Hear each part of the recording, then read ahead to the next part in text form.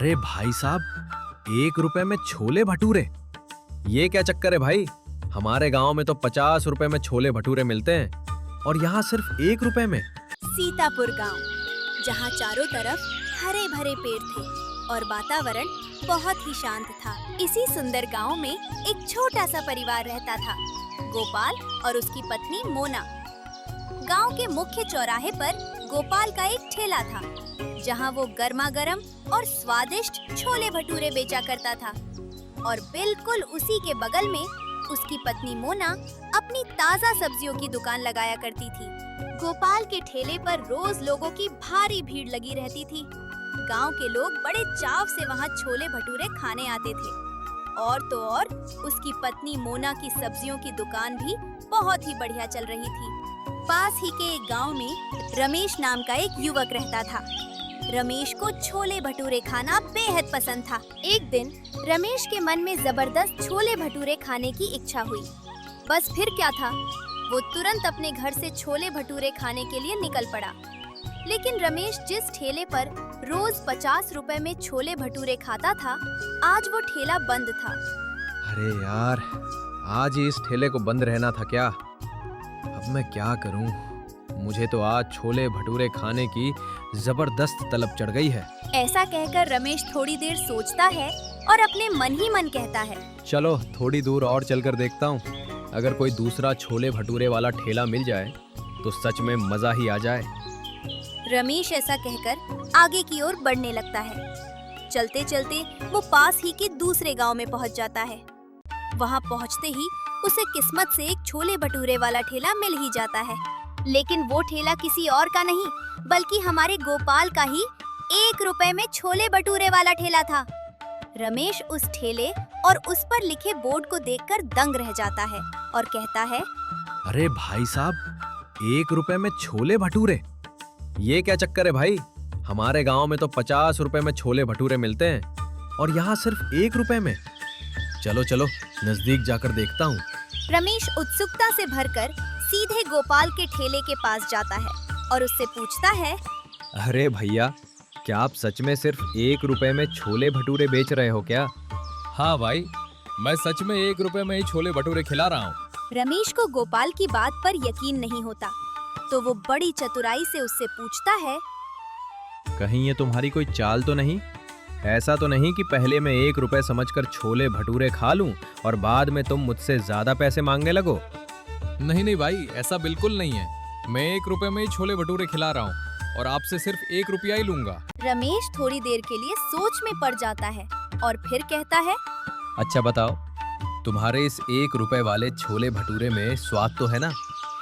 अगर स्वाद नहीं आया तो समझ लेना मैं एक भी पैसा नहीं दूंगा। हाँ भाई, स्वाद तो इतना जबरदस्त है कि इसीलिए तो सब यहाँ बड़े चाव से खाने आते हैं। हाँ ठीक है, चलो फिर मेरे लिए भी 1 प्लेट छोले भटूरे लगा दो। गोपाल तुरंत 1 प्लेट छोले भटूरे सजाकर रमेश को दे देता है। रमेश प्लेट लेता है और बड़े चाव से खाने लगता है। पहला निवाला खाते ही रमेश को छोले भटूरे का स्वाद इतना लाजवाब लगता है कि वो उंगलियां चाटता रह जाता है। वो स्वाद में खो जाता है और गोपाल से कहता है, अरे वाह गोपाल भाई, इतना स्वादिष्ट छोले भटूरा तो मैंने आज तक कभी नहीं खाया था, और वो भी सिर्फ 1 रुपए में। मजा ही आ गया। बहुत बहुत धन्यवाद भाई। खुशी हुई कि आपको मेरे हाथ का बना ये छोले भटूरा इतना पसंद आया। लेकिन रमेश बहुत ही चतुर था। वो मन ही मन सोचने लगा कि आखिर ये इतने कम दाम में छोले भटूरे कैसे बेच रहा है। फिर रमेश बड़ी चतुराई से गोपाल से पूछता है, अरे गोपाल भाई, एक बात पूछ सकता हूँ क्या? बिल्कुल पूछो। तुम सिर्फ 1 रुपए में छोले भटूरे बेचते हो? इसमें तो तुम्हारा सीधे सीधे नुकसान है। फिर तुम इसे क्यों बेच रहे हो भाई? नहीं भाई, इसमें मेरा कोई नुकसान नहीं है। बस ऊपर वाले भगवान की कृपा है, जिससे सब अपने आप हो जाता है। गोपाल ऐसा कहकर बात को टाल देता है। लेकिन रमेश को ये बात बिल्कुल हजम नहीं होती। वो ये जानना चाहता था कि आखिर 1 रुपए में छोले भटूरे बेचकर भी इसके पास मुनाफे में क्या बच जाता है। सच्चाई का पता लगाने के लिए रमेश रात को गोपाल के घर पहुंच जाता है। गोपाल रात में अगले दिन के लिए किचन में चने उबाल रहा होता है। रमेश चुपके से किचन की खिड़की से अंदर झांकता है ताकि देख सके कि गोपाल छोले में ऐसा क्या डालता है जो वो उसे सिर्फ 1 रुपए में बेच पाता है। लेकिन अंदर का नजारा देखकर रमेश दंग रह जाता है और मन ही मन कहता है, अरे ये तो वही सारे आम मसाले और सामान डाल रहा है जो साधारण छोले भटूरे बनाने में लगते हैं, लेकिन फिर भी ऐसा कैसे हो सकता है। तभी झांकते झांकते रमेश का पैर पास रखे एक घड़े से टकरा जाता है और घड़ा गिर जाता है। घड़े के गिरने की आवाज सुनकर गोपाल सकर्क हो जाता है और आवाज लगाने लगता है। कौन है वहाँ? गोपाल की आवाज सुनते ही रमेश डर के मारे वहाँ से तुरंत भाग निकलता है। दूसरे दिन गोपाल फिर से अपना ठेला खोलता है और उसकी पत्नी मोना भी अपनी सब्जी की दुकान पर बैठ जाती है। दोनों की दुकानों पर ग्राहकों की आवाजाही शुरू हो जाती है। तभी रमेश फिर से गोपाल के उसी ठेले के पास आता है। उसने तो अब मन ही मन ठान लिया था, आज तो चाहे कुछ भी हो जाए, मैं पता लगा कर ही रहूंगा कि आखिर ये 1 रुपए में छोले भटूरे कैसे बेच रहा है।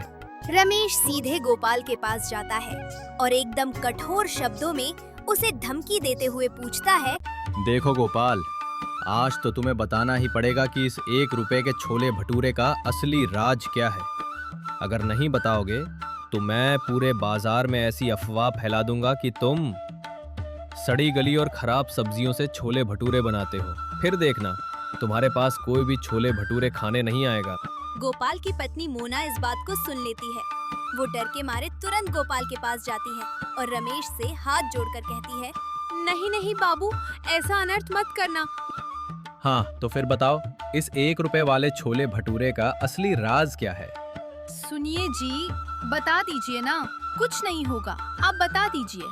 फिर गोपाल अपनी पत्नी के कहने पर 1 रुपए वाले छोले भटूरे का असली राज बताता है। तो ठीक है, सुनो। ये 1 रुपए का छोले भटूरा मैं अपने पैसों से नहीं बनाता हूँ।